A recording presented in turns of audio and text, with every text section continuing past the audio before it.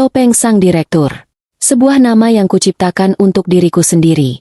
Di balik senyum dan kesibukan rumah tangga di Depok, tersimpan rahasia besar. Aku adalah Kirana, seorang CEO dari perusahaan besar. Hidupku sempurna di mata orang lain. Namun di balik itu semua, sebelum ceritanya dimulai, silakan tulis di kolom komentar dari daerah mana saja teman-teman yang menonton cerita ini. Jangan lupa like dan subscribe agar channel ini bisa semakin berkembang dan bisa mempersembahkan cerita yang lebih menarik lagi. Aku terbangun jam 5 pagi. Suara adzan subuh samar-samar terdengar dari musola dekat rumah. Seperti biasa, aku segera beranjak dari tempat tidur, melipat selimut dan merapikan bantal. Rumah ini, sebuah bangunan minimalis modern di salah satu klaster perumahan elit Depok, selalu terlihat rapi berkat tanganku. Udara pagi masih sejuk, dan wangi melati dari halaman depan menyelinap masuk lewat jendela kamar. Aku berjalan menuju dapur, membuka kulkas, dan mengeluarkan bahan-bahan untuk sarapan. Hari ini, Farel, suamiku, ingin nasi goreng. Jadi, aku menyiapkan semua bumbu dan bahan dengan cekatan. Bawang merah, bawang putih, cabai, telur, sosis, dan nasi semalam yang sudah dingin. Semua sudah terbiasa kulakukan. Ini adalah rutinitasku, sebuah peran yang kuperankan dengan sempurna. Kirana, ibu rumah tangga teladan. Sementara nasi goreng dimasak, aku menyiapkan kopi hitam kesukaan Farel dan teh hangat untukku. Aku juga memanaskan roti tawar dan mengoleskannya dengan selai stroberi. Meja makan sudah tertata rapi, siap untuk kami berdua. Farel biasanya baru bangun sekitar jam 7. Dia akan mandi, lalu turun ke meja makan dengan rambut acak-acakan dan wajah mengantuk. Hari ini tidak berbeda. Pagi, sayang. Sapaku dengan senyum. Pagi. Jawabnya. Suaranya serak. Dia langsung mengambil cangkir kopi dan menyeruputnya. Matanya masih setengah terpejam. Kami sarapan dalam keheningan yang nyaman. Sesekali, Farel akan mengeluh tentang pekerjaannya di Vitaltech, sebuah perusahaan distributor alat kesehatan tempatnya bekerja sebagai manajer rendahan. Gajinya, menurutnya, tidak pernah cukup. Tahu tidak, Kirana, bosku itu benar-benar menyebalkan. Dia selalu meminta laporan yang tidak masuk akal. Dan gajiku?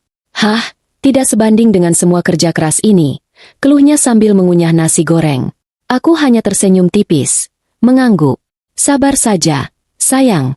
Mungkin ada hikmahnya. Hikmah apa? Hikmah kalau aku harus hidup pas-pasan terus. Dia mendengus. Coba saja kalau aku punya gaji sebesar CEO itu. Hidup pasti lebih enak. Aku menatapnya. Jika saja dia tahu. Uang saku bulanan sebesar 20 juta rupiah yang kuberikan padanya setiap bulan, yang dia kira uang belanja sisa dariku, sebenarnya adalah sebagian kecil dari gajiku. Dia menggunakannya untuk membeli jam tangan mahal dan memuaskan hobi gamingnya, tanpa pernah tahu bahwa akulah yang menanggung seluruh cicilan rumah mewah ini, bahkan mobil yang dia kendarai. Setelah sarapan, Farel bersiap untuk berangkat kerja. Aku membantunya memilih kemeja, menyetrikanya jika perlu, dan memastikan semua keperluannya sudah siap. Hati-hati di jalan, sayang, kataku sambil mencium pipinya. Iya, kau juga, jangan lupa belanja bulanan. Jawabnya santai sebelum keluar dan menyalakan mesin mobil. Setelah mobil Farel pergi, senyum di wajahku perlahan memudar. Aku menarik napas dalam, membiarkan Topeng, ibu rumah tangga biasa, itu melonggar sedikit. Pukul 8 pagi, Dika, tangan kananku sekaligus CFO Nusantara Medica, sudah menunggu di depan rumah dengan mobil hitamnya. Pagi, Bu Kirana. Sapanya ramah saat aku masuk ke mobil. Pagi, Dika. Bagaimana jadwal hari ini? Tanyaku. Suaraku langsung berubah menjadi tegas dan profesional. Seperti biasa, Bu. Rapat Dewan Direksi jam 9. Dilanjutkan dengan negosiasi kontrak dengan PT Surya Abadi jam 11. Dan terakhir ada kunjungan ke gudang baru di Bekasi sore nanti. Jelas Dika sambil menyetir dengan sigap. Baik, pastikan semua dokumen siap. Aku tidak ingin ada kesalahan. Perintahku. Selama perjalanan ke Jakarta, aku membuka tablet dan mulai membaca laporan keuangan terbaru. Angka-angka dan strategi bisnis langsung mengisi pikiranku. Aku bukan lagi Kirana si ibu rumah tangga yang sibuk mengurus sarapan suami. Aku adalah Kirana, CEO Nusantara Medica, perusahaan distributor alat kesehatan terbesar di Jakarta. Kegiatan arisan dan belanja bulanan yang kukatakan pada Farel hanyalah kode untuk rapat dewan direksi dan negosiasi kontrak bernilai miliaran rupiah. Kantor pusat Nusantara Medica adalah gedung pencakar langit megah di kawasan Segitiga Emas, Jakarta. Saat lift membawaku ke lantai teratas, pandanganku menyapu pemandangan kota yang padat. Dari sini, aku bisa melihat seluruh Jakarta, kota tempat aku membangun kerajaan bisnisku dari nol. Tak ada yang tahu, bahkan Farel sekalipun, bahwa Nusantara Medica adalah hasil kerja kerasku. Rapat Dewan Direksi berjalan lancar. Aku memimpin diskusi dengan tegas, memberikan arahan, dan membuat keputusan strategis yang akan memengaruhi ratusan karyawan dan mitra bisnis. Semua direktur dan manajer senior mendengarkan dengan seksama setiap kata yang keluar dari mulutku. Aku adalah nahkoda kapal besar ini, dan aku tidak pernah goyah. Setelah rapat, aku langsung masuk ke ruang negosiasi. PT Surya Abadi adalah calon klien besar, dan kami membutuhkan kontrak mereka. Aku duduk di hadapan CEO mereka, seorang pria paruh-baya yang tampak tegang. Aku mempresentasikan proposal kami dengan percaya diri, menyoroti setiap keunggulan produk dan layanan kami. Negosiasi berlangsung sengit selama hampir 2 jam, namun pada akhirnya, kami berhasil mencapai kesepakatan. Senyum puas terukir di wajahku saat jabat tangan terjalin. Selamat, Bu Kirana. Anda memang yang terbaik. Puji Dika saat kami kembali ke kantorku. Terima kasih, Dika. Ini berkat kerja keras tim kita, jawabku. Sore harinya, kami pergi ke Bekasi untuk meninjau gudang baru. Gudang seluas 2 hektar itu akan menjadi pusat distribusi utama kami di Jabodetabek. Aku memeriksa setiap sudut, memastikan semua standar keamanan dan operasional terpenuhi. Ini adalah investasi besar, dan aku ingin memastikan semuanya sempurna. Saat matahari mulai terbenam, aku kembali ke mobil. Rasa lelah mulai menyerang, tetapi ada kepuasan mendalam yang kurasakan. Aku telah menyelesaikan hari kerja yang produktif, membuat keputusan-keputusan penting, dan menggerakkan roda perusahaan. Dalam perjalanan pulang, aku mengirim pesan singkat ke Farel. Sudah pulang, sayang? Aku baru selesai arisan nih. Macet banget di jalan. Beberapa menit kemudian, balasan masuk. Oh, iya, aku sudah pulang. Cepat sedikit. Aku lapar. Jangan lupa belikan martabak kesukaanku ya. Aku hanya tersenyum tipis. Topeng itu, yang sempat kulonggarkan, kini kupererat lagi. Baik, sayang. Balasku. Aku tahu aku tidak akan membeli martabak. Dika sudah memesankan makanan dari restoran favoritku, yang akan kami santap bersama di rumah. Farel tidak akan pernah tahu. Malam itu, setelah makan malam yang hening dengan Farel yang sibuk bermain game di ponselnya, aku duduk di sofa, pura-pura menonton televisi. Pikiranku melayang. Semua ini kulakukan demi Farel, demi keluarga kami. Aku ingin dia bangga padaku, meskipun dia tidak tahu apa pekerjaanku yang sebenarnya. Aku ingin memberikan kehidupan yang layak untuknya, meskipun dia tidak pernah menghargainya. Aku memandang Farel yang asyik dengan dunianya, sesekali tertawa atau mengumpat pada layar ponselnya. Dia tidak pernah curiga. Tidak pernah. Di matanya, aku hanyalah Kirana, ibu rumah tangga yang tidak tahu apa-apa tentang dunia bisnis. Beberapa bulan berlalu. Rutinitas kami tetap sama. Aku sibuk dengan Nusantara Medica, sementara Farel tetap dengan pekerjaannya yang biasa-biasa saja di Vitaltech. Namun, ada satu hal yang semakin kentara, sikap dingin Farel padaku. Meja makan, yang seharusnya menjadi tempat kami berbagi cerita dan kehangatan, perlahan berubah menjadi medan perang dingin. Farel semakin sering meremehkanku. Kau tahu apa, Kirana? Bosku itu benar-benar kolot. Tidak tahu apa-apa soal strategi pasar modern. Maklum, ibu-ibu seperti kau pasti tidak mengerti, katanya suatu malam, sambil mengunyah steak yang kubuat. Aku meletakkan garpu perlahan. Mungkin dia punya alasan sendiri. Farel, setiap orang punya cara kerjanya masing-masing. Alasan apa? Alasan karena dia sudah tua dan ketinggalan zaman? Coba kalau aku yang jadi CEO, pasti perusahaanku jauh lebih maju. Lanjutnya, tanpa sedikit pun menyadari sindirannya, aku hanya menatapnya, menahan diri untuk tidak mengatakan apapun. Jika saja dia tahu, aku adalah CEO yang sedang ia bicarakan, dan perusahaanku jauh lebih besar dari Vitaltech tempat dia bekerja. Suatu hari, aku mencoba memberikannya kesempatan. Nusantara Medica memiliki beberapa anak perusahaan, salah satunya bergerak di bidang logistik. Aku melihat potensi di sana, dan aku tahu Farel punya sedikit pengalaman di bidang itu. Farel, aku punya teman yang punya perusahaan logistik. Dia sedang mencari manajer operasional yang handal. Gajinya cukup besar, Bisa 3 kali lipat dari gajimu sekarang. Apa kau tertarik? Tanyaku hati-hati saat kami sedang minum teh sore di teras. Wajah Farel langsung berubah. Matanya menyipit. Kau pikir aku tidak bisa cari kerja sendiri? Hah? Aku tidak butuh dikasihani. Bentaknya. Suaranya meninggi, membuatku terkejut. Kamu pikir aku selemah itu sampai harus dibantu temanmu?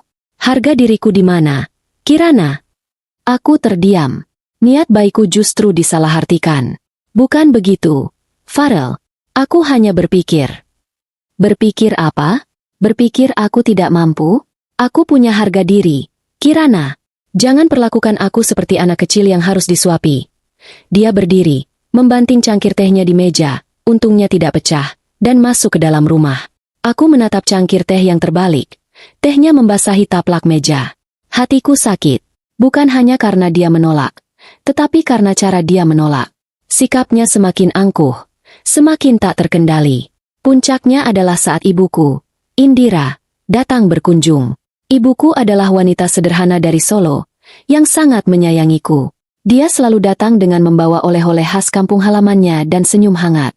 Kirana, ibu bawakan keripik singkong kesukaanmu, kata ibuku riang, saat Farel sedang duduk di ruang tamu menonton televisi. Aku tersenyum lebar. Wah, terima kasih banyak, Ibu. Ibu tidak perlu repot-repot. Tidak apa-apa. Nak, ini kan untukmu, balas ibuku. Farel, yang tadinya asyik menonton, tiba-tiba mendengus. Ibu datang lagi? Tidak bisakah ibu telepon dulu? Ini hari Minggu. Saya butuh istirahat. Ibu ini mengganggu waktu istirahat saya saja. Suasana langsung hening. Senyum ibuku memudar. Aku menatap Farel dengan terkejut. Farel, apa-apaan kau ini? Itu ibuku. Lalu kenapa? Dia kan bisa telepon dulu. Saya ini lelah bekerja seminggu penuh. Kenapa harus diganggu? Jawabnya, tanpa sedikit pun rasa bersalah. Dia bahkan tidak menoleh ke arah kami. Ibuku hanya tersenyum getir. Tidak apa-apa. Nak, mungkin ibu memang mengganggu. Tidak, ibu tidak mengganggu sama sekali. Aku mendekati ibuku, memeluknya. Ibu jangan dengarkan dia. Dia memang suka begitu.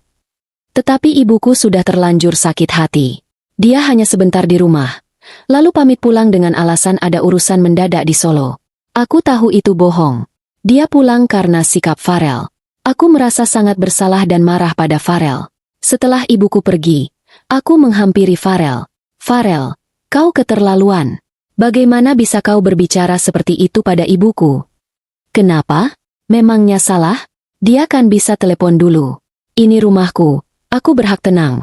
Jawabnya enteng, tanpa sedikit pun penyesalan. Rumahmu? Kau bilang ini rumahmu?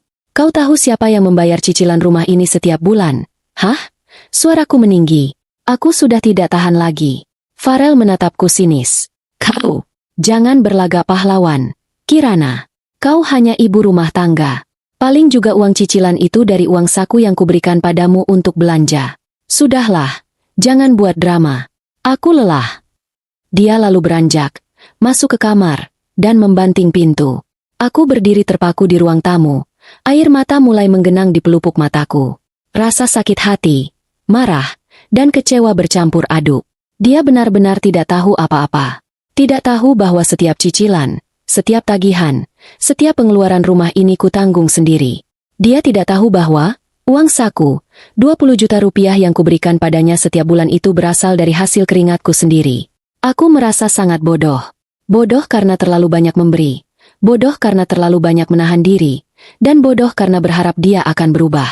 Topeng, ibu rumah tangga biasa, itu terasa semakin berat dan menyesakan. Aku mulai merasa lelah. Sangat lelah. Kelelahan fisik dan batin mulai menggerogoti.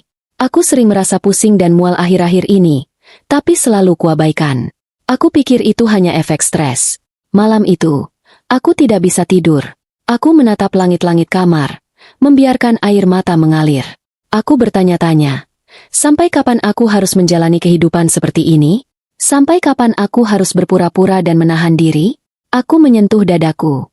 Ada rasa nyeri yang menjalar di sana. Bukan hanya nyeri emosional, tetapi juga nyeri fisik yang samar. Aku mengabaikannya lagi. Besok, aku punya rapat penting di kantor. Aku tidak bisa sakit. Aku tidak boleh lemah. Aku harus kuat. Selalu kuat. Itu adalah prinsipku.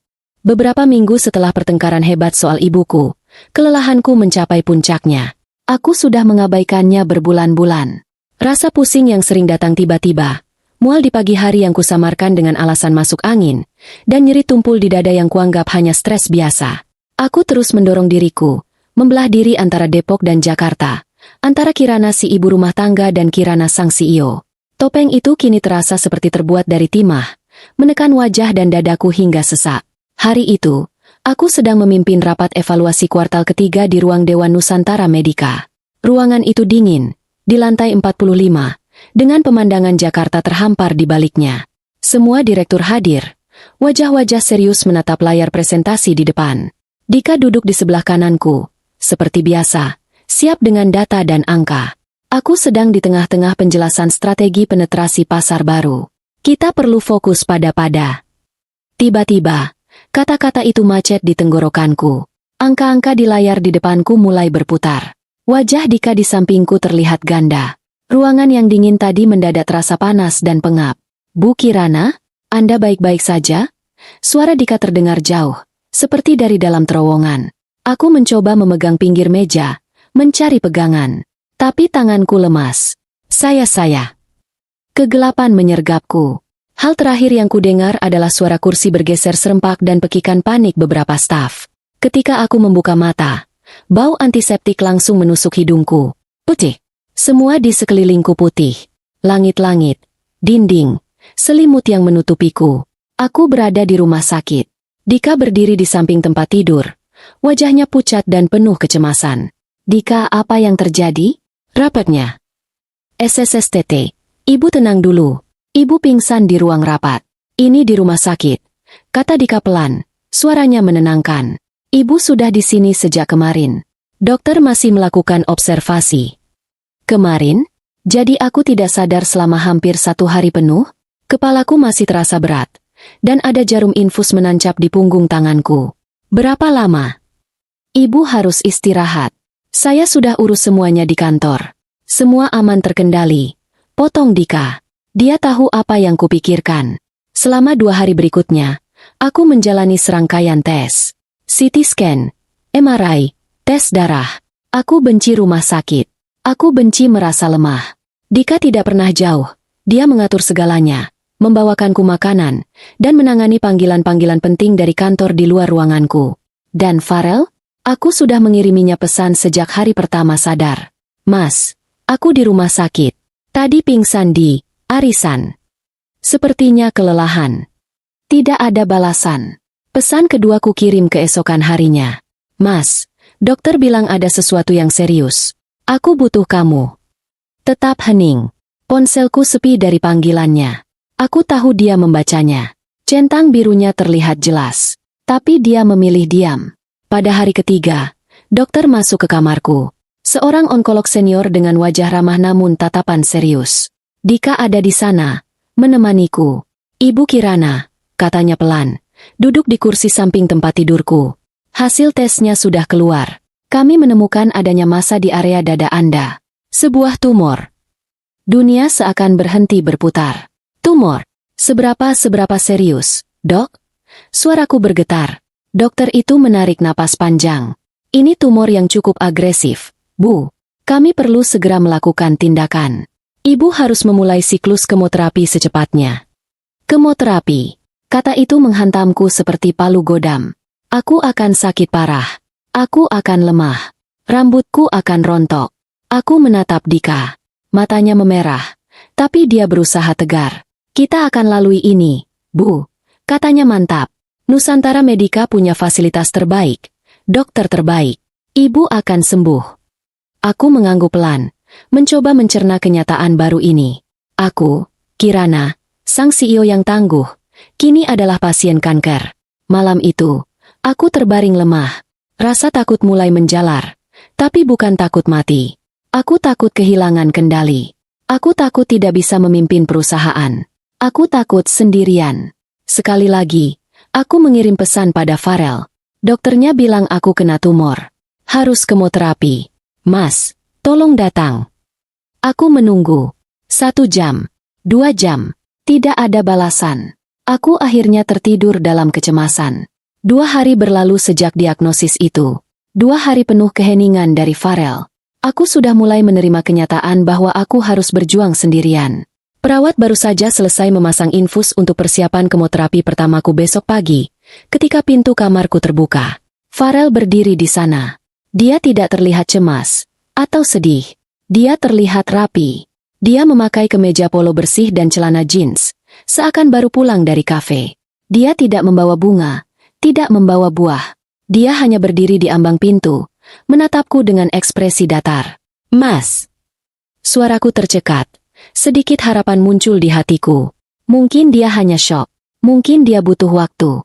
Dia berjalan masuk, tapi tidak mendekatiku. Dia berhenti di dekat meja samping tempat tidur.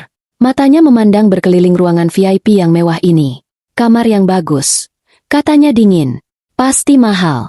Uang, sisa belanja. Kamu cukup juga ya buat bayar ini." Jantungku serasa diremas. "Mas, aku sakit. Aku butuh kamu." Farel tertawa kecil, tawa yang tidak ada lucunya sama sekali. "Sakit? Ya, aku tahu. Aku dapat pesanmu." Dia lalu meletakkan sebuah map coklat tebal di atas meja nakas, tepat di sebelah gelas air putihku. Bunyinya cukup keras di ruangan yang hening itu. "Apa ini?" tanyaku. Firasat buruk mulai menjalari tubuhku yang lemah. "Aku sudah ajukan gugatan cerai," katanya. Lugas, tanpa emosi. Aku tertegun. Napasku sesak, lebih sesak daripada karena penyakitku. Apa maksudmu? Cerai? Sekarang?" "Tentu saja sekarang." Dia menatapku, kali ini dengan kilat jijik di matanya. "Aku tidak mau terjebak mengurus orang sakit. Hidupku sudah cukup susah dengan gajiku yang pas-pasan. Aku tidak mau sisa hidupku habis untuk mendorong kursi roda atau membersihkan muntahanmu." Air mataku mulai menggenang. "Farel, tapi kita sudah apa?" Potongnya. "Menikah? Pernikahan ini sudah hampa. Kirana, kamu ibu rumah tangga yang membosankan. Dan sekarang, kamu sakit. Aku masih muda. Aku pantas mendapatkan yang lebih baik." Dia menunjuk ke map itu. Di situ semua sudah jelas. Rumah dan mobil untukku. Itu setimpal untuk usahaku menemanimu selama ini. Toh, kamu tidak akan butuh itu lagi kan? Kamu mungkin tidak akan lama lagi. Kata-kata itu menusuk lebih dalam dari jarum infus manapun. Dia menganggapku akan segera mati. Dia mengira aku tidak punya apa-apa selain rumah dan mobil itu, yang bahkan dia tidak tahu siapa yang membayarnya. "Aku tidak punya apa-apa lagi untuk dibicarakan," katanya, merapikan kemejanya. "Semoga urusanmu cepat selesai." Dia berbalik, tanpa ciuman perpisahan, tanpa pelukan, bahkan tanpa ucapan, "Semoga cepat sembuh." Dia berjalan keluar pintu dan menutupnya dengan pelan. Aku sendirian di ruangan itu. Hening. Aku menatap map coklat itu. Gugatan cerai. Air mata yang tadi menggenang tidak jadi jatuh. Rasa sedih yang menusuk tadi perlahan sirna, digantikan sesuatu yang lain. Sesuatu yang dingin, keras, dan tajam. Dia meninggalkanku di titik terendahku. Saat aku didiagnosis kanker, dia menceraikanku dan mengambil semua aset yang dia pikir kami miliki. Dia salah besar. Dia tidak tahu siapa aku. Dia tidak tahu apa yang baru saja dia lakukan. Aku menatap pintu yang baru saja ditutup Farel. Hening. Suara monitor detak jantung di sampingku terdengar ritmis, seakan mengejek ketenangan yang tiba-tiba melandaku. Aku tidak menangis. Rasa sakit hati yang tajam tadi menguap, mengkristal menjadi sesuatu yang jauh lebih kuat. Kemarahan dingin. Aku terbaring lemah. Tubuhku rapuh karena diagnosis dokter. Tapi pikiranku tidak pernah sejernih ini. Dia pikir aku akan mati. Dia pikir aku tidak punya apa-apa. Dia pikir dia bisa mengambil rumah dan mobil itu begitu saja. Rumah dan mobil. Aset yang terlihat. Aku hampir tertawa getir. Betapa piciknya pikiran suamiku itu. Dia tidak sadar. Dia baru saja mencoba merampok serpihan debu dari sebuah gunung emas. Dia baru saja membangunkan seekor naga yang sedang tidur. Mataku tertuju pada map coklat di meja nakas. Aku tidak menyentuhnya. Aku tidak perlu melihat isinya. Aku sudah tahu apa yang harus kulakukan. Tanganku yang terpasang infus meraih ponselku. Sedikit gemetar, bukan karena takut, tapi karena kombinasi antara lemah fisik dan gelombang adrenalin yang baru. Aku menekan nomor Dika. Bu! Ada apa? Apa ibu butuh sesuatu? Dokter? Suara cemas Dika langsung terdengar. Dika, suaraku serak, tapi tegas. Datang ke kamarku. Sekarang. Sendirian. Baik, Bu. Saya segera ke sana. Kurang dari 5 menit. Dika sudah membuka pintu. Dia tampak khawatir. Mungkin mengira kondisiku memburuk. Ibu, ada apa? Aku menatap lurus ke matanya. Farel tadi ke sini. Wajah Dika mengeras. Dia tahu aku sudah menunggu suamiku berhari-hari. Dia bilang apa, Bu? Aku menggerakkan daguku ke arah map coklat di meja. Dia mengajukan gugatan cerai. Dia bilang, dia tidak mau mengurus orang sakit. Dia mengambil rumah dan mobil, mengira aku akan segera mati dan tidak punya apa-apa. Dika terbelalak. Rahangnya mengatup menahan marah. Bajingan. Beraninya dia. Dia tidak tahu apa-apa. Dika, potongku. Kemarahan dingin itu kini menjalari seluruh tubuhku, memberiku kekuatan. Dia pikir aku hanya ibu rumah tangga Depok yang lemah. Aku menarik napas dalam, menahan nyeri di dadaku. Dika, aktifkan semuanya. Dika menatapku, matanya menyiratkan pertanyaan. Waktunya Farel tahu siapa aku. Lanjutku. Waktunya semua orang tahu. Dika mengangguk pelan. Kali ini, tidak ada keraguan di matanya. Hanya ada loyalitas dan kesiapan untuk bertindak. Apa perintah ibu? Pertama, siapkan tim pengacara terbaik kita. Kita akan balas gugatan cerai itu. Kumpulkan semua bukti kepemilikan. Rumah itu atas namaku. Dibeli lunas jauh sebelum aku menikah dengannya. Mobil itu aset perusahaan yang kupinjamkan padanya atas nama pribadi. Dia tidak akan mendapatkan 1 rupiah pun. Siap, Bu. Kedua, aku berhenti sejenak, mengumpulkan tenaga. Aku mau kau tarik semua data. Semua yang berhubungan dengan Vitaltech. Dika sedikit terkejut. Vitaltech, perusahaan tempat Farel bekerja. Tepat, aku mau tahu segalanya. Kontrak mereka dengan kita, performa mereka, siapa saja pemegang kuncinya. Aku mau laporan lengkap di mejaku besok pagi. Baik, Bu, akan saya siapkan. Dika hendak berbalik, tapi aku menahannya. Ada satu hal lagi, Dika. Dia menatapku. Selama ini, aku menyembunyikan identitasku karena aku ingin kehidupan normal. Aku ingin Farel mencintaiku apa adanya, bukan karena uangku atau kekuasaanku. Aku ingin membangun keluarga yang tulus. Suaraku bergetar sedikit, tapi aku segera menguasainya. Aku membangun Nusantara Medika dari nol. Dika, kamu tahu itu. Aku merangkak dari distributor kecil di ruko sempit, sampai kita punya gedung sendiri di Jakarta. Aku bekerja siang dan malam, bahkan saat aku hamil dan keguguran, aku tetap bekerja. Dika menunduk. Dia saksi hidup perjuanganku. Aku mendaftarkan ibuku, Indira, sebagai komisaris utama. Bukan karena aku tidak percaya diri, tapi sebagai perisai. Aku ingin menghindari sorotan media, menghindari orang-orang yang hanya ingin memanfaatkan. Aku ingin fokus bekerja dari balik layar. Aku yang mengendalikan semuanya, setiap keputusan, setiap strategi. Ibu hanya menandatangani apa yang kuminta. Dia percaya penuh padaku. Ironis, Farel menghina ibuku, wanita yang secara teknis adalah atasanku di atas kertas. Wanita yang namanya tercantum sebagai pemilik sah dari kerajaan bisnis yang menghidupinya. Perisai itu sudah tidak kubutuhkan lagi, kataku tegas. Orang yang seharusnya melindungiku, malah menusukku dari belakang saat aku paling rapuh. Jadi, mulai sekarang, tidak ada lagi topeng. Aku menatap Dika. Atur rapat dewan luar biasa. Lusa, aku akan hadir, walau lewat video call dari ranjang ini. Umumkan pada mereka bahwa aku, Kirana, adalah pendiri, pemilik saham mayoritas, dan CEO eksekutif Nusantara Medika yang sesungguhnya. Semua dokumen legalitas peralihan kuasa dari ibuku harus siap. Dika berdiri tegak. Akan saya laksanakan, Bu. Semua akan tahu siapa pemimpin mereka yang sebenarnya. Bagus. Sekarang, tolong panggilkan perawat. Besok aku kemoterapi pertama. Aku harus kuat. Aku punya perang untuk dimenangkan. Dika mengangguk. Kali ini dengan senyum tipis yang penuh tekad. Anda akan menang, Bu. Kami semua di belakang Anda. Setelah Dika pergi, aku memejamkan mata. Tubuhku sakit dan lelah, tapi hatiku menyala. Farel, kau salah memilih lawan. Kau pikir kau meninggalkan wanita sakit yang sekarat. Kau tidak sadar. Kau baru saja melepaskan seorang ratu yang terikat. Dan ratu ini tidak akan tinggal diam saat kerajaannya diusik. Permainan baru saja dimulai. Hari itu adalah hari pertama kemoterapiku.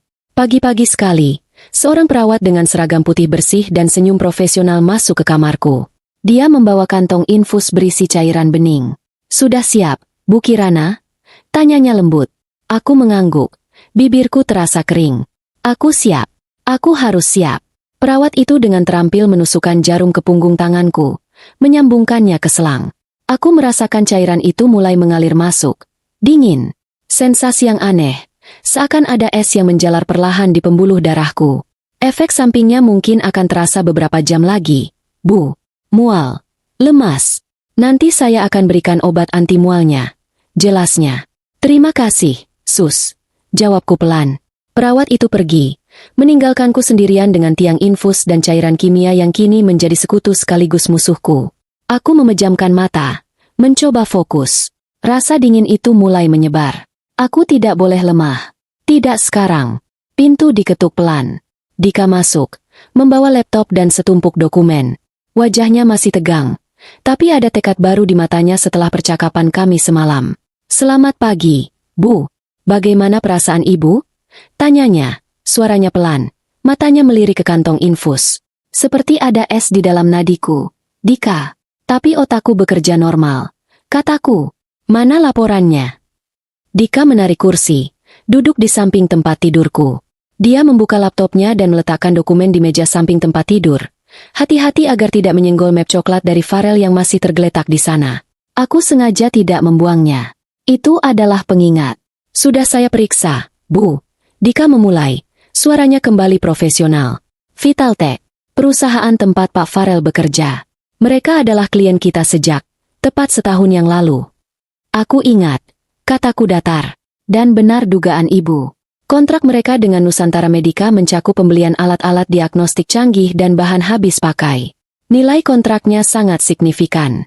Setelah saya hitung semalam, kontrak ini menyumbang tepatnya 60,4% dari total pendapatan Vitaltech tahun lalu.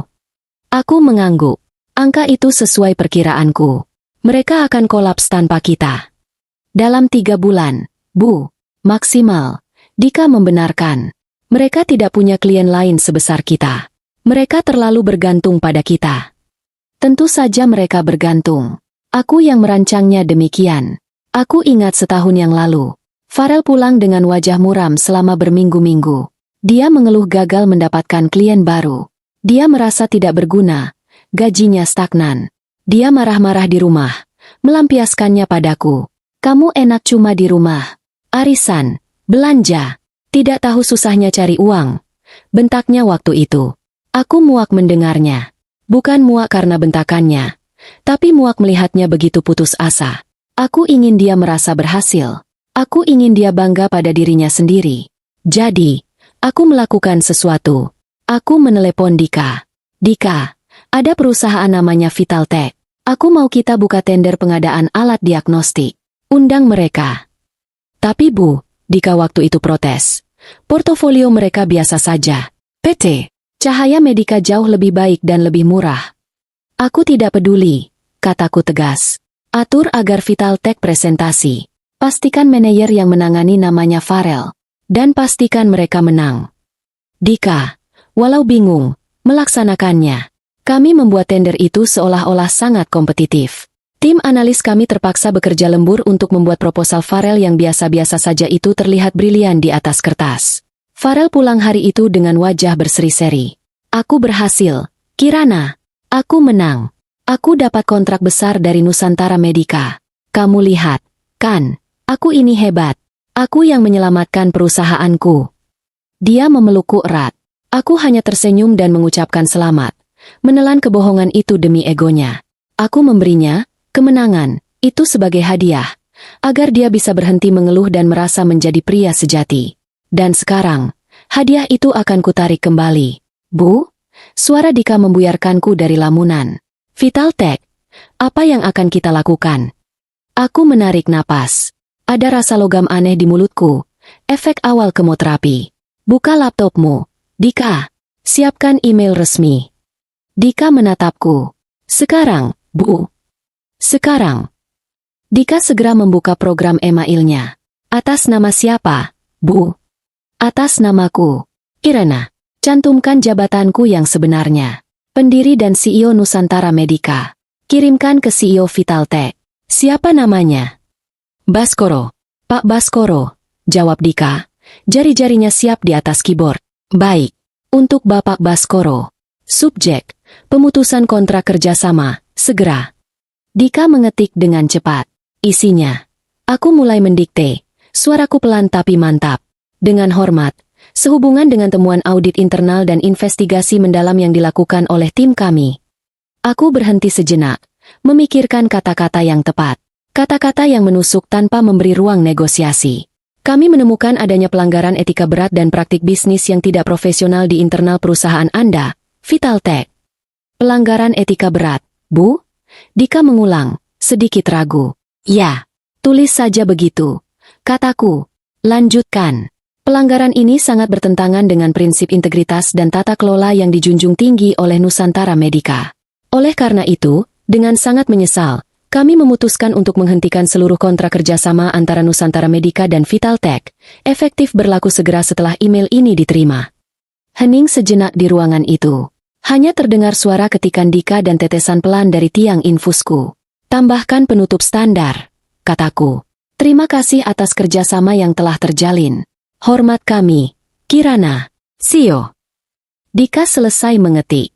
Dia memutar laptopnya ke arahku. Aku membaca email itu di layar. Singkat, dingin, dan mematikan. Dika, kataku. Saya ingin ini tercatat. Alasan, pelanggaran etika berat. Itu bukan karangan. Suamiku, Farel, adalah pelanggaran etika itu. Dia menerima gaji dari Vitaltech, tapi hidup dari uangku. Dia menggunakan fasilitas yang kubayar untuk bersenang-senang. Dia adalah parasit, dan parasit harus dibasmi. Dika mengangguk, wajahnya serius. Saya mengerti, Bu. Kirim email itu sekarang. Bu, Dika ragu sejenak. Ini akan menghancurkan mereka. Dan ini akan membuat gempar industri. Nama ibu akan langsung jadi sorotan. Bagus, kataku. Aku merasakan gelombang mual pertama naik di tenggorokanku. Aku menahannya. Biar gempar. Biar semua orang tahu. Aku sudah terlalu lama bersembunyi di balik topeng. Kirim. Dika menatapku sekali lagi, mencari kepastian. Dia melihatnya di mataku. Dia menarik napas, lalu menekan tombol, kirim. Suara klik pelan dari mouse-nya terdengar seperti dentuman meriam di ruangan yang senyap itu. Sudah terkirim, Bu.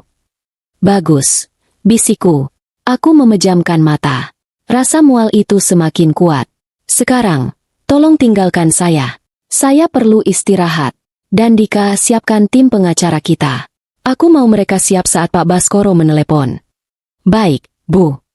Dika membereskan barang-barangnya dan keluar ruangan dengan pelan. Aku sendirian lagi. Cairan kemoterapi terus mengalir. Dingin.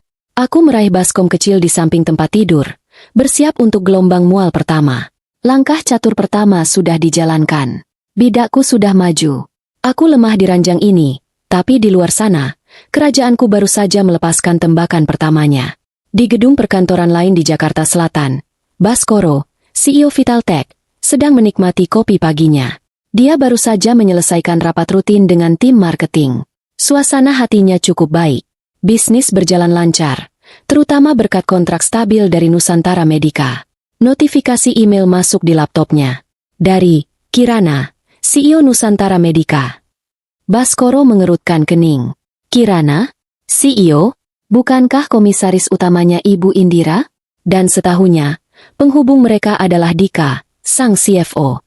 Dia tidak pernah berurusan dengan CEO bernama Kirana.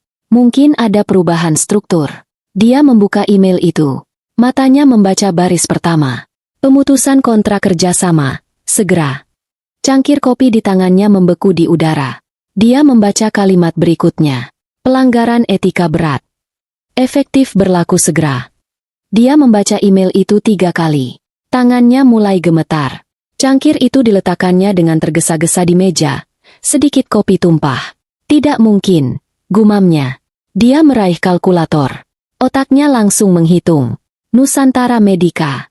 60% pendapatan. Putus. Segera. Keringat dingin mulai membasahi keningnya. Ini bukan masalah lagi. Ini kiamat. Vitaltech akan bangkrut.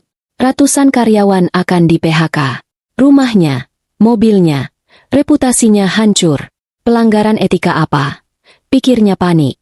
Siapa? Siapa yang berbuat ulah? Dia tidak buang waktu. Dia melihat nomor telepon yang tertera di tanda tangan email Kirana. Nomor baru yang tidak dia kenali. Dia meraih ponselnya dan menekan nomor itu dengan jari gemetar. Di kamar rumah sakit.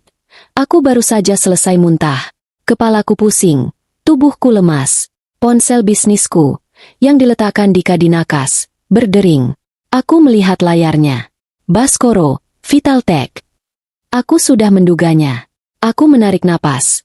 Mencoba membuat suaraku stabil. Aku menekan tombol jawab. Halo, dengan Kirana. Kataku. Suaraku terdengar lemah, tapi jelas. Ibu Kirana? Selamat siang, Bu. Saya Baskoro, dari Vitaltech. Suara di seberang telepon terdengar panik, nyaris histeris. Bu, saya baru saja menerima email Anda. Ini pasti ada kesalahan besar. Bu, pemutusan kontrak? Pelanggaran etika? Apa maksudnya ini, Bu? Kami tidak melakukan apa-apa. Aku diam sejenak, membiarkannya bicara. Bu, tolong, Bu. Kontrak ini adalah nyawa perusahaan kami. 60% pendapatan kami dari Nusantara Medica. Kalau Ibu putus sekarang, kami bangkrut, Bu. Karyawan saya punya ratusan karyawan, Bu. Mereka mau makan apa? Selamat siang, Pak Baskoro. Jawabku dingin. Ketenangan suaraku pasti terdengar kontras dengan kepanikannya. Tidak ada kesalahan dalam email itu. Keputusan kami sudah final. Tapi kenapa, Bu? Pelanggaran etika apa? Saya tidak mengerti. Siapa pelakunya? Beritahu saya, Bu. Saya akan pecat dia detik ini juga. Saya akan lakukan apapun. Bu, tolong, beri kami kesempatan. Dia memohon. Aku bisa membayangkan wajahnya yang pucat pasi. Bagus, Pak Baskoro, kataku pelan. Saya menghargai tawaran Anda. Tapi Nusantara Medica tidak bisa mentolerir perilaku semacam ini. Ini menyangkut integritas. Perilaku apa, Bu? Tolong, saya mohon beritahu saya. Siapa? Aku mengambil jeda. Aku membiarkan hening di antara kami menggantung selama beberapa detik. Aku bisa mendengar napasnya yang terengah-engah di telepon. Laporan intelijen internal kami, kataku pelan, seolah sedang membacakan surat kematian. Menemukan adanya perilaku tidak profesional. Penyalahgunaan aset perusahaan untuk kepentingan pribadi. Dan pelecehan terhadap staf junior di kantor Anda. Pelecehan. Suara Baskoro tercekat. Di kantor saya? Siapa, Bu? Demi Tuhan, beritahu saya namanya. Ini bukan tuduhan ringan, Pak. Kami punya buktinya. Kataku, aku belum punya. Tapi aku yakin aku bisa menemukannya. Intuisi seorang istri yang dikhianati jarang salah. Orang ini telah merusak citra baik Vitaltech di mata kami. Siapa, Bu? Saya akan seret dia ke polisi kalau perlu. Sebut namanya. Aku menarik napas. Ini dia. Laporan kami menunjuk pada salah satu manajer Anda. Namanya Farel. Hening. Aku menunggu. Aku bisa mendengar Baskoro menarik napas tajam. Farel? Ulangnya. Tidak percaya. Manajer level menengah itu? Farel yang setahun lalu membawa kontrak ini. Tepat sekali, Pak Baskoro, kataku. Kami tidak bisa melanjutkan kerjasama dengan perusahaan yang membiarkan orang seperti itu ada di jajaran manajemennya. Keputusan kami final. Selamat siang. Aku menutup telepon. Aku tidak memutus panggilannya. Aku mengakhirinya. Aku meletakkan ponsel itu kembali. Tubuhku gemetar karena lemas. Tapi ada sedikit senyum puas di bibirku. Bidak kedua sudah jatuh. Di kantornya, Baskoro menatap ponselnya dengan nanar. Farel. Manajer yang tidak terlalu menonjol. Yang entah bagaimana bisa membawa pulang kontrak emas dari Nusantara Medica setahun lalu. Sekarang, orang yang sama menghancurkan perusahaannya. Baskoro tidak peduli apakah Farel benar-benar bersalah atau tidak. Nusantara Medica sudah menyebut namanya. Kirana, sang CEO baru yang misterius dan kejam itu, sudah menjatuhkan vonis. Perusahaannya di ujung tanduk. Dia harus mengorbankan Farel untuk mencoba menyelamatkan apa yang tersisa. Dia menekan tombol intercom. "Rita, panggil Farel ke ruangan saya. Sekarang juga. Dan panggil kepala HRD." Beberapa lantai di bawah, Farel sedang bersantai di mejanya. Dia baru saja selesai makan siang. Dia sedang membuka situs jual beli online, melihat-lihat koleksi jam tangan terbaru. Dia berpikir untuk menggunakan sisa uang saku 20 juta bulan ini untuk menambah koleksinya. Dia sama sekali tidak tahu badai yang sedang menuju ke arahnya. Telepon di mejanya berdering. "Pak Farel, ditunggu Pak Baskoro di ruangannya. Segera." Farel mendengus. Paling-paling soal laporan bulanan yang terlambat. Dia berjalan santai menuju lift, merapikan kemejanya. Ketika dia masuk ke ruangan Baskoro, suasana terasa dingin. Kepala HRD, Ibu Diana, sudah duduk di sana dengan wajah kaku. "Ada apa, Pak?" tanya Farel santai. Masih belum sadar. Baskoro tidak basa-basi. Dia berdiri. Wajahnya merah padam karena marah dan takut. "Farel, kamu dipecat." Farel tertegun. "Apa? Dipecat? Kenapa, Pak? Saya ada salah apa?" Baskoro melempar tabletnya ke meja. Email dari Kirana masih terbuka di layar. "Baca itu." Farel mendekat. Matanya membaca. "Nusantara Medica. Pemutusan kontrak. Pelanggaran etika berat." Namanya. Farel. Dunianya seakan runtuh. Ini fitnah. "Pak, saya tidak melakukan apa-apa." "Pelecehan? Siapa? Saya tidak pernah." "Aku tidak peduli itu fitnah atau bukan," bentak Baskoro. "Nusantara Medica. Kontrak 60% kita. Putus. Gara-gara kamu. Mereka menyebut namamu. Kamu adalah biang keroknya. Kamu menghancurkan perusahaan ini." "Tapi Pak, saya yang membawa kontrak itu." "Saya." Farel mencoba membela diri, tapi dia bingung. "Apa hubungannya?" "Diam," potong Baskoro. "Ibu Diana, urus suratnya."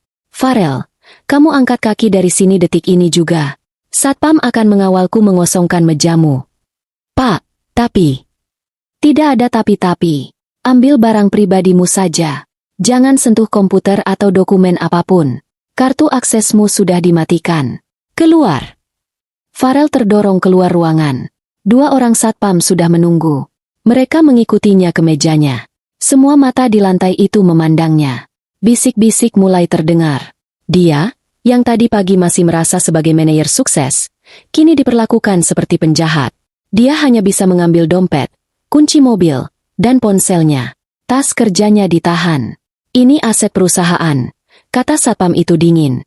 Dia digiring menuju lift, melewati meja-meja rekan kerjanya yang menatapnya dengan campuran cemooh, kasihan, dan takut. Itu adalah perjalanan terpanjang dan paling memalukan dalam hidupnya. Dia tiba di parkiran basement. Dia masuk ke mobilnya. Mobil yang dia tidak tahu cicilannya dibayar oleh siapa. Dia duduk terdiam di belakang kemudi selama beberapa menit. Otaknya buntu. Dipecat. Tidak hormat. Nusantara Medica. Kirana. Pelecehan. Apa yang sebenarnya terjadi? Siapa Kirana ini?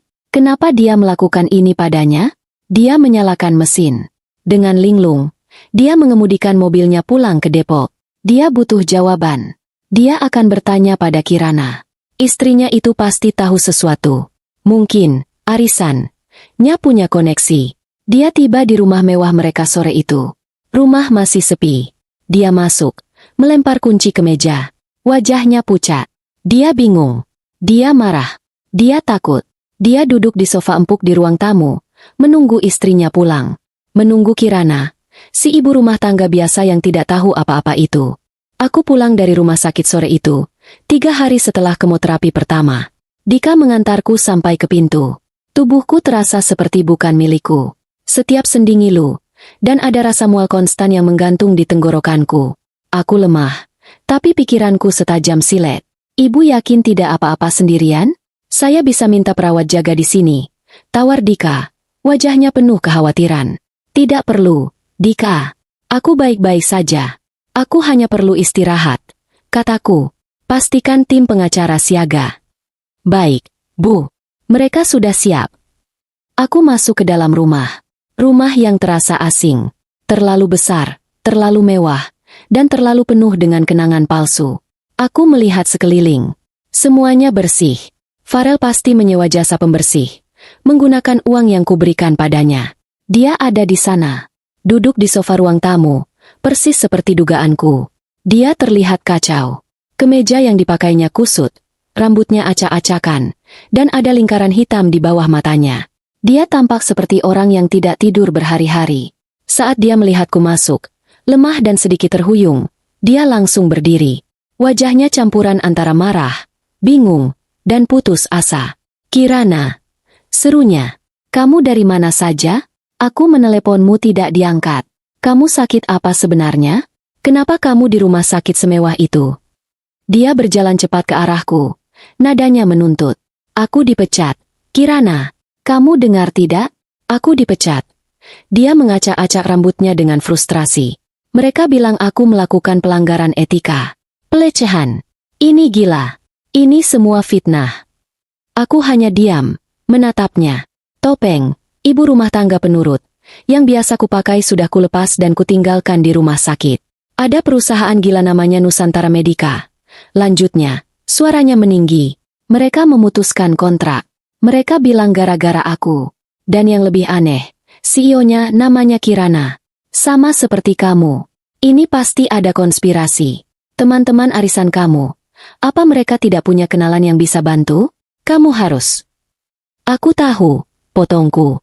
Suaraku pelan, nyaris berbisik karena lemas, tapi cukup untuk menghentikan seluruh ocehannya. Farel terdiam. "Tahu? Tahu apa?" "Aku tahu kamu dipecat." Aku berjalan pelan melewatinya, menuju meja kopi di tengah ruangan. Aku memegang sandaran sofa agar tetap seimbang. "Karena aku yang meminta mereka memecatmu." "Hening." Farel menatapku seakan aku baru saja tumbuh tanduk. Lalu dia tertawa. Tawa yang terdengar kering dan dipaksakan. Kamu yang minta? Jangan bercanda, Kirana. Ini bukan waktunya bercanda. Aku baru saja kehilangan pekerjaan." Dia membentak. "Kamu minta siapa? Teman arisanmu yang kaya itu? Kamu pikir mereka?" "Nusantara Medica," kataku, memotongnya lagi. Aku berbalik menghadapnya. Mataku, yang mungkin terlihat kuyu karena sakit, menatap lurus ke matanya. "Perusahaan yang baru saja menghancurkan karirmu." Aku mengambil jeda. Aku membiarkan kata-kataku meresap. "Aku adalah pendiri dan CEO Nusantara Medica, Farel." Wajah Farel berubah. Dari marah, menjadi bingung, lalu menjadi pucat pasi. Dia membuka mulutnya, tapi tidak ada suara yang keluar. Dia menatapku, lalu melihat sekeliling ruangan. Matanya terpaku pada jam tangan mahal di pergelangan tangannya, lalu ke deretan koleksinya di lemari pajangan. Dia melihat TV layar datar besar, sofa kulit impor, semuanya. Lampu di kepalanya perlahan menyala. Tidak mungkin," bisiknya. Kamu bohong. Kamu ibu rumah tangga. Kamu." "Aku ibu rumah tangga di Depok," kataku. "Tapi aku adalah CEO di Jakarta. Arisan yang selalu kusebut itu adalah rapat dewan direksi. Belanja bulanan di Jakarta itu adalah negosiasi kontrak bernilai miliaran." Aku menunjuk ke arahnya. "Kontrak yang kamu menangkan setahun lalu? Itu adalah hadiah dariku, agar suamiku yang pemalas ini bisa merasa hebat dan berhenti mengeluh." Farel mundur selangkah, seakan baru saja dipukul. Dia jatuh terduduk di sofa. Dia menatapku dengan ngeri. "Uang saku 20 juta sebulan yang kamu anggap uang belanja sisa," lanjutku. "Itu uangku. Cicilan rumah mewah ini, lunas olehku. Mobil yang kamu pakai, aset perusahaan. Perusahaanku." Aku berjalan ke meja dan meletakkan sebuah amplop tebal berwarna putih. Bukan map coklat menjijikan yang dia tinggalkan di rumah sakit. Ini surat resmi dari firma hukum termahal di Jakarta. "Kamu bicara soal gugatan cerai," kataku. "Kamu mau rumah dan mobil. Kamu pikir aku akan mati dan tidak punya apa-apa?" Aku mendorong amplop itu ke arahnya. "Itu balasan atas gugatan cerai kamu. Lebih tepatnya, gugatan balik dariku." Farel menatap amplop itu dengan gemetar. "Rumah ini," jelasku, suaraku dingin dan tanpa emosi, "dibeli lunas atas namaku. 3 tahun sebelum aku menikah denganmu. Kamu tidak punya hak sepeser pun. Semua bukti kepemilikannya ada di sana. Dan tuntutan agar kamu angkat kaki dari sini." Aku menyelesaikan kalimatku. Aku memberimu waktu 30 hari untuk mengemasi jam tangan mahalmu dan semua barang-barangmu, dan pergi dari rumahku. Farel tidak bergerak. Dia hanya menunduk, menatap amplop putih di meja. Bahunya bergetar. Pria arogan yang menghina ibuku, yang meninggalkanku saat aku divonis kanker, telah lenyap. Yang tersisa hanyalah cangkang kosong yang ketakutan. Aku berbalik badan. Aku terlalu lelah untuk melihatnya lebih lama. Aku berjalan perlahan menuju kamar tidurku di lantai bawah. Tunggu, Kirana. Suaranya terdengar lirih. Nyaris tak terdengar. Aku berhenti, tapi tidak berbalik. Kenapa? Kenapa kamu lakukan ini? Aku tersenyum getir. Karena kamu meninggalkanku saat aku terbaring sakit. Kamu menghina ibuku. Dan kamu pikir aku bodoh. Aku melanjutkan langkahku. Aku masuk ke kamar, menguncinya dari dalam, dan langsung merebahkan diri di tempat tidur. Rasa mual bergejolak hebat. Aku meraih baskom di samping tempat tidur. Aku sendirian, sakit, tapi akhirnya, aku merasa berkuasa atas hidupku sendiri. 3 hari berlalu dalam kabut kemoterapi. Aku tidak keluar kamar. Dika datang setiap pagi, membawakan dokumen dan laporan, memastikan aku makan bubur yang disiapkan asisten rumah tangga baru yang dia pekerjakan. Aku tidak tahu apakah Farel masih ada di rumah atau tidak. Aku tidak peduli. Aku fokus pada 2 hal, pulih dan mengambil kembali kendali. Pada malam ketiga, sekitar pukul 1 dini hari, ponsel pribadiku berdering. Bukan ponsel bisnis, tapi ponsel yang hanya diketahui segelintir orang. Aku melihat layarnya. Nomor tidak dikenal. Dengan tangan gemetar karena lemas, aku mengangkatnya. Halo. Kirana, ini aku. Farel. Suara di seberang sana bukanlah suara suamiku yang ku kenal. Itu suara pria hancur. Dia menangis. Terisak-isak seperti anak kecil. Tolong Kirana. Tolong aku. Aku diam. Mendengarkan. Aku tidak punya apa-apa lagi. Isaknya. Aku pergi ke ATM, semua kartuku diblokir. Kartu kredit. Debit semua. Aku tidak bisa ambil uang. Aku tidak punya uang sepeser pun. Kirana. Aku tidur di mobil selama 2 hari ini. Tentu saja diblokir. Aku sudah memerintahkan Dika untuk menutup semua kartu tambahan yang terhubung ke rekeningku. Dan uang di rekeningnya sendiri? Dia pasti sudah menghabiskannya untuk jam tangan atau game. Aku minta maaf. Kirana, aku minta maaf. Dia memohon. Aku salah besar. Aku bodoh. Aku tidak tahu. Aku hilaf waktu itu. Aku panik saat kamu bilang kamu sakit. Aku minta maaf sudah meninggalkanmu. Dia menangis sejadi-jadinya.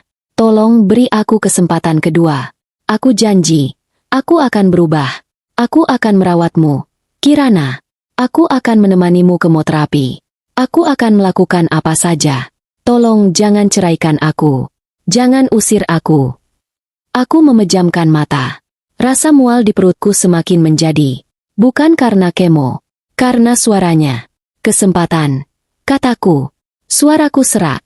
Tangisnya sedikit mereda. Digantikan harapan. Iya. Kirana, kesempatan. Kesempatan kedua? Ulangku. Dingin. Setelah kamu bilang kamu tidak mau terjebak mengurus orang sakit? Setelah kamu mengambil rumah dan mobilku, mengira aku akan mati? Aku tidak bermaksud begitu, Kamu pikir, potongku, suaraku kini setajam es. Aku menghancurkan karirmu hanya karena itu? Hanya karena kamu menghinaku dan ibuku? Hening sejenak. Apakah kamu ingat nama Salsabila? Sunyi. Total. Isak tangis Farel berhenti seketika. Aku bisa mendengar napasnya yang tercekat di telepon. Seakan ada yang mencekiknya. Ah, kataku pelan. Jadi kamu ingat. Aku sudah menduganya. Saat aku menyuruh Dika menginvestigasi Farel, aku hanya asal sebut soal pelecehan pada Baskoro. Tapi intuisiku kuat. Dika kemudian mengerahkan tim investigasi internal. Dan apa yang mereka temukan jauh lebih kotor dari dugaanku. Salsa, anak intern di kantormu, kataku, membeberkan fakta satu persatu.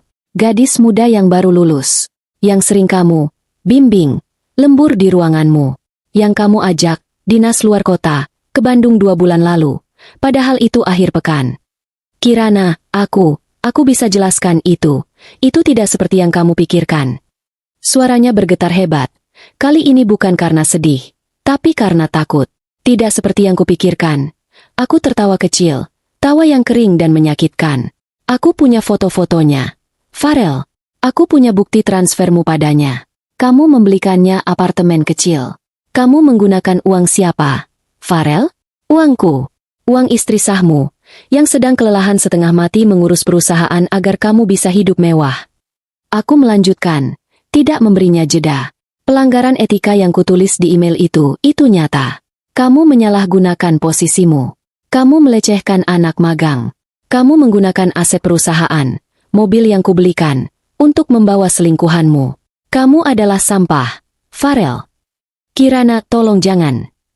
Kesempatan keduamu sudah habis saat kamu meninggalkan aku di rumah sakit, kataku tegas. Dan kesempatanmu untuk hidup sebagai manusia sudah habis saat kamu mengkhianatiku dengan gadis yang seumuran anak kita, seandainya kita punya. Kalimat itu menyakitiku sendiri, tapi harus kukatakan. Aku sudah memblokir semua aksesmu. Jangan pernah hubungi aku lagi. Jangan pernah muncul di depanku lagi. Tapi aku harus kemana? Aku tidak punya siapa-siapa. Teriaknya putus asa. Itu bukan urusanku lagi. Aku menutup telepon. Aku tidak membantingnya. Aku hanya menekannya dengan pelan.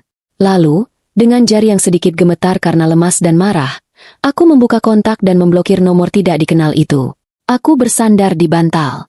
Ruangan terasa berputar. Aku meraih botol air mineral di nakas dan minum sedikit. Selesai.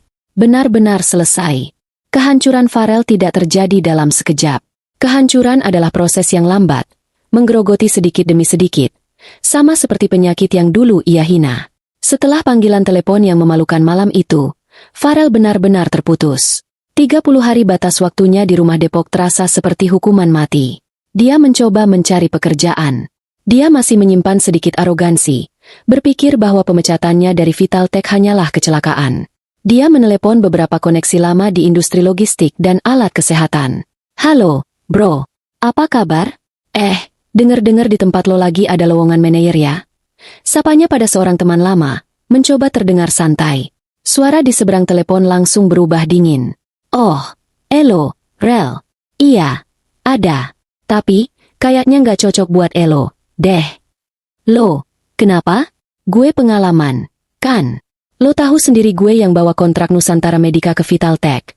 Farel masih mencoba menjual prestasinya. Ada tawa sinis singkat. Justru itu masalahnya, Rel. Semua orang di industri ini sekarang tahu siapa Kirana, CEO Nusantara Medica. Dan semua orang tahu apa yang terjadi sama Vitaltech setelah mereka mecat Elo. Gak ada yang mau cari masalah sama Nusantara Medica. Bro, nama lo itu beracun. Maaf ya, Rel. Telepon ditutup. Farel mencoba lagi. Dan lagi. Dan lagi. Jawabannya sama. Penolakan halus. Alasan yang dibuat-buat. Atau yang paling jujur. Kami tidak bisa mempekerjakan Anda, Pak Farel. Reputasi Anda mendahului Anda. Namanya masuk daftar hitam. Di blacklist. Industri logistik Jakarta, yang dulu terasa seperti taman bermainnya, kini telah menutup gerbangnya rapat-rapat. Hari ke-30 tiba.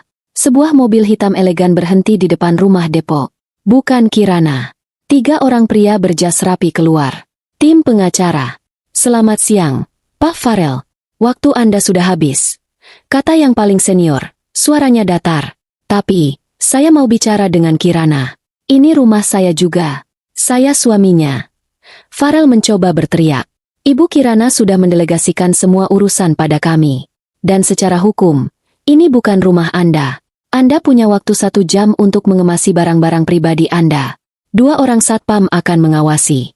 Jika Anda menolak, kami akan memanggil pihak berwajib untuk mengeluarkan Anda secara paksa. 1 jam. Dia berlari ke kamar, mengambil pakaiannya, memasukkannya ke koper. Dia berlari ke lemari pajangan, mengambil koleksi jam tangan mewahnya. Itu satu-satunya hartanya yang tersisa. Saat dia mencoba mengambil kunci mobil, salah satu satpam menahannya. Maaf, Pak, mobil ini adalah aset perusahaan atas nama Ibu Kirana. Anda tidak berhak membawanya. Dia diusir dari rumah yang dia tinggali bertahun-tahun hanya dengan 2 koper pakaian dan sebuah kotak berisi jam tangan. Dia pergi ke hotel murah, tapi uang tunai di dompetnya menipis. Dia harus menjual jam-jamnya. Dia pergi ke sebuah toko jam mewah bekas di kawasan Blok M, Pria pemilik toko menatap jam-jam itu dengan curiga. Ini, Rolex Submariner. Yang ini Tag Heuer. Barang bagus, kata si pemilik toko. Tapi Anda jualnya buru-buru sekali. Pak, lagi butuh uang, ya? Farel menelan ludahnya. Arogansinya luntur. Berapa? Berapa Bapak berani ambil? Pria itu menyebutkan angka yang jauh di bawah harga pasar. Kalau jual cepat, segini, Pak. Farel tahu dia dirampok. Tapi dia tidak punya pilihan. Dia butuh uang. Dia menyerahkan jam-jam itu, satu persatu. Jam-jam yang dulu dia pamerkan di depan teman-temannya. Jam-jam yang dibeli dengan uang istrinya. Dia menerima gepokan uang tunai yang terasa panas di tangannya. Uang itu tidak bertahan lama. Setelah membayar utang kartu kredit yang jumlahnya ternyata lebih besar dari dugaannya, karena Kirana menghentikan pembayaran otomatisnya, dia sadar dia harus mencari tempat tinggal yang murah. Dia berakhir di sebuah kamar kos sempit di Bekasi. Kamar ukuran 3 kali 4 meter. Panas. Kamar mandi di luar. Berbagi dengan 10 penghuni lain. Bau rokok dan mie instan basi menempel permanen di dinding. Dia, yang terbiasa tidur di kasur king size dengan pendingin ruangan, kini harus tidur di kasur busa tipis dengan kipas angin kecil yang berisik. Dia harus bekerja, tapi tidak ada kantor yang mau menerimanya. Dia terpaksa mengambil pekerjaan serabutan. Kerja kasar. Dia menjadi kuli angkut di salah satu gudang di kawasan industri MM2100. Mengangkat box-box berat dari pagi sampai sore. Punggungnya sakit setiap hari. Tangannya yang dulu mulus kini melepuh dan kapalan. Gajinya harian, cukup untuk bayar kos dan makan mie instan. Di tengah keputusasaan,nya dia mencoba menghubungi satu-satunya orang yang mungkin bisa menolongnya. Susah. Dia menelepon nomor gadis itu. Tidak aktif. Dia mencoba mengirim pesan lewat media sosial. Akunnya sudah ditutup. Dia bertanya pada seorang teman lama di Vitaltech yang masih mau membalas pesannya. Salsa? Oh, dia udah nggak ada. Rel, seminggu setelah lo dipecat, orang tuanya datang dari Medan. Mereka malu besar. Katanya si Salsa diusir dari keluarga. Dia dipulangkan paksa ke kampungnya. Kasihan juga, sih. Tapi ya, dia cari gara-gara sama istri CEO. Farel menatap layar ponselnya. Dia benar-benar sendirian. Di saat bersamaan, di belahan Jakarta yang lain, Kirana sedang bertarung dalam perangnya sendiri. Kemoterapi adalah neraka. Tubuhnya, yang dulu bugar karena yoga dan pilates rahasia, kini terasa ringkih. Dia menghabiskan hari-harinya di kamar tidur utama di rumah ibunya. Dia menolak dirawat di rumah sakit. Dia ingin berada di tempat yang familiar. Setiap siklus kemo menghantamnya seperti badai. Mual yang hebat, lemas yang membuatnya tidak bisa mengangkat kepala dari bantal, dan rasa logam yang aneh di mulutnya yang membuat semua makanan terasa seperti abu. Dika tetap datang setiap hari. Dia membawa tablet, bukan tumpukan dokumen. Dia duduk di samping tempat tidur Kirana. Rapat dewan direksi kemarin lancar, Bu. Lapor di Kaplan. Semua setuju dengan rencana ekspansi ke Bandung. Saya sudah tanda tangan berkas awal atas nama Ibu. Kirana hanya mengangguk lemah. Matanya terpejam. Bagus. Dika, lanjutkan. Dan soal rumah Depok. Sudah laku, Bu. Pembelinya langsung bayar tunai. Harganya di atas pasar. Syukurlah, bisik Kirana. Sumbangkan semua perabotnya. Aku tidak mau melihatnya lagi. Sudah saya laksanakan, Bu. Ibunya, Indira, tidak pernah jauh. Wanita paruh baya itu dengan sabar menyuapinya bubur, mengelap keringat dingin di keningnya, dan memijat kakinya yang pegal. Kamu hebat, Enduk, kata ibunya suatu sore, sambil menyisir rambut Kirana yang mulai rontok. Ibu tidak pernah tahu kamu sekuat ini. Memimpin perusahaan sebesar itu sendirian, sambil pura-pura jadi ibu rumah tangga. Kirana tersenyum tipis. Kirana belajar dari ibu. Ibu juga kuat, membesarkan Kirana sendirian. Lalu, momen itu tiba. Saat dia keramas, segumpal besar rambutnya tertinggal di tangannya. Dia menatapnya. Air mata menggenang, tapi bukan karena sedih. Karena marah. Dia memanggil ibunya. Ibu, tolong panggilkan tukang cukur. Sore itu, dia duduk di kursi menghadap cermin. Rambutnya yang panjang dan terawat, yang dulu sering dipuji Farel, dicukur habis. Plontos. Dia menatap bayangannya di cermin. Seorang wanita pucat, dengan mata yang cekung karena lelah, dan kepala botak. Dia terlihat rapuh. Tapi matanya menyala. Ini bukan akhir. Ini adalah pembersihan. Bulan-bulan berlalu. Siklus kemoterapi selesai. Tubuhnya perlahan pulih. Dia mulai berolahraga ringan. Rambutnya mulai tumbuh. Tipis, tapi ada. 6 bulan setelah diagnosis, dia duduk di ruang praktik dokter onkologinya. Luar biasa, Bu Kirana, kata dokter itu, tersenyum lebar sambil melihat hasil scan terbaru. Sel kankernya sudah tidak terdeteksi. Berset, Anda dalam masa remisi. Kirana menarik napas dalam. Napas pertama yang terasa benar-benar lega setelah sekian lama. 2 minggu kemudian, gedung Nusantara Medika gempar. Kirana berjalan memasuki lobi. Bukan lagi Kirana yang menyelinap lewat pintu samping. Dia berjalan lewat pintu utama. Dia tidak memakai wig. Dia membiarkan rambutnya yang kini tumbuh pendek seperti rambut pria terlihat jelas. Dia mengenakan setelan blazer merah marun yang tegas. Semua karyawan yang berpapasan dengannya berhenti, menatap, lalu menunduk hormat. Bisik-bisik menyebar seperti api. Itu Bu Kirana, CEO kita. Dia sembuh. Dia tidak langsung ke ruangannya di lantai atas. Dia pergi ke auditorium utama, tempat semua manajer dan kepala divisi sudah dikumpulkan oleh Dika. Dia naik ke atas panggung. Dia berdiri di podium, menatap ratusan wajah yang memandangnya dengan campuran rasa ingin tahu, kagum, dan takut. Selamat pagi, suaranya tenang, menggema di ruangan itu berkat mikrofon. Nama saya Kirana. Selama bertahun-tahun, banyak dari Anda mengenal saya sebagai bayangan dari Ibu Indira, komisaris utama kita. Anda mungkin hanya mendengar nama saya dalam memo-memo internal. Hari ini, saya berdiri di sini agar tidak ada lagi keraguan. Dia menatap lurus ke depan. Saya adalah pendiri Nusantara Medika. Saya yang membangun perusahaan ini dari nol. Dan mulai hari ini, saya akan memimpin Anda secara terbuka, dari meja ini. Dia berhenti sejenak. Kita telah melalui banyak hal. Saya juga telah melalui perang saya sendiri. Dia menyentuh rambut pendeknya sekilas. Tapi kita berdua, saya dan perusahaan ini, berdiri lebih kuat dari sebelumnya. Kita akan berekspansi. Kita akan menjadi lebih besar. Kita akan menjadi yang nomor 1, tanpa kompromi. Sekarang, mari kita mulai bekerja. Ruangan itu hening sesaat, lalu meledak dalam tepuk tangan yang meriah. Sang ratu telah kembali ke singgasananya. 1 tahun kemudian, udara Bandung pagi itu sejuk dan bersih. Di sebuah ruang rapat modern di Jalan Dago, Kirana berdiri di depan layar presentasi. Dia terlihat sangat berbeda. Tubuhnya telah pulih sepenuhnya. Dia tidak lagi pucat. Wajahnya bersinar sehat. Rambutnya yang dulu dicukur habis kini telah tumbuh menjadi potongan pisce cut yang sangat pendek dan stylish, disemir warna coklat terang. Dia mengenakan kemeja linen putih dan celana palazzo berwarna krem. Dia memancarkan aura ketenangan dan otoritas yang tak terbantahkan. Dia sedang memimpin rapat final untuk pembukaan cabang baru Nusantara Medika di Bandung. Strategi distribusi untuk area Priangan Timur harus kita matangkan, katanya, suaranya lugas dan jelas. Dika, tolong pastikan tim logistik berkoordinasi dengan vendor lokal. Saya mau hari pertama peluncuran, tidak ada satupun rumah sakit rekanan yang telat menerima pasokan.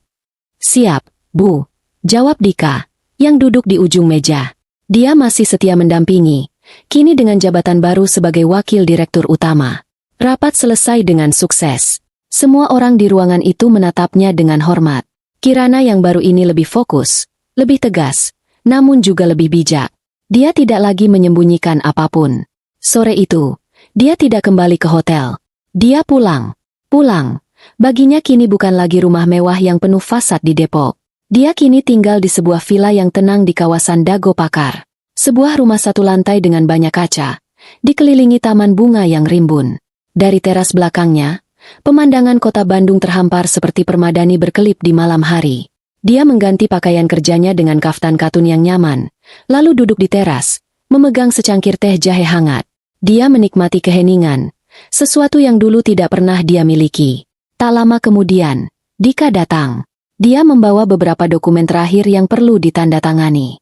Semua beres, Bu. Peluncuran lusa sudah siap 100%. Lapor Dika sambil duduk di kursi rotan di seberangnya. Kerja bagus, Dika. Seperti biasa, Kirana tersenyum, menandatangani dokumen itu. Setelah urusan pekerjaan selesai, mereka duduk dalam keheningan yang nyaman. Dika memandangi atasannya itu. Dia melihat Kirana yang dulu tegang dan selalu waspada. Lalu dia melihat Kirana yang hancur dan sakit di ranjang rumah sakit. Dan kini, dia melihat wanita di depannya. Tenang, utuh, dan damai. Bu, Dika memulai dengan sedikit ragu. Ibu terlihat bahagia. Kirana menoleh. Senyumnya melebar. Aku memang bahagia, Dika. Setelah semua yang terjadi, setelah Pak Farel dan perjuangan ibu melawan penyakit, Dika berhenti sejenak, mencari kata yang tepat. Anda tidak ingin mencari pasangan lagi, Bu? Maksud saya, Anda masih muda. Anda pantas mendapatkan seseorang yang baik. Kirana tidak terkejut dengan pertanyaan itu. Dia memandang ke arah matahari yang mulai terbenam di ufuk barat, melukis langit dengan warna oranye dan ungu. Dia menarik napas, menghirup udara sejuk Bandung. Dulu, aku pikir kebahagiaanku bergantung pada seorang pria, katanya pelan, lebih seperti bicara pada dirinya sendiri. Aku membangun seluruh hidup rahasiaku, topengku, agar aku bisa menjadi istri biasa untuk Farel. Aku pikir, jika aku memberinya segalanya, rumah, uang, kesuksesan palsu, dia akan mencintaiku dan aku akan bahagia. Dia tertawa kecil. Ternyata, aku salah besar. Aku mencoba mengisi kekosongan di dalam dirinya, padahal aku sendiri kosong. Dia menatap Dika. Penyakit itu, dan pengkhianatan itu. Rasanya seperti kiamat. Tapi ternyata, itu adalah awal yang baru. Saat aku kehilangan rambutku, aku merasa seperti kehilangan topeng terakhirku. Yang tersisa hanyalah aku. Kirana. Bukan istri siapa-siapa. Bukan CEO rahasia. Hanya aku. Dia mengangkat cangkir tehnya. Mungkin suatu hari, Dika, aku tidak menutup hati. Jika ada pria baik yang bisa menerima aku apa adanya, aku akan menyambutnya. Dia berhenti, menatap matahari terbenam dengan mata yang jernih. Tapi untuk saat ini, lanjutnya, aku akhirnya bisa menikmati hidupku sendiri. Aku bisa bernapas lega. Aku bisa bangun pagi dan memutuskan apa yang aku inginkan hari ini. Ternyata, kebahagiaan sejati bukanlah tentang memiliki pasangan, tapi tentang memiliki harga diri. Dan setelah sekian lama, aku akhirnya menemukan harga diriku kembali. Dika mengangguk, tersenyum tulus. Dia mengerti. Kirana menatap pemandangan di depannya. Dia telah melalui badai dan keluar sebagai pemenang. Dia tidak lagi memakai topeng. Dia adalah sang direktur. Tapi kali ini, dia juga adalah Kirana. Dan itu saja, sudah lebih dari cukup.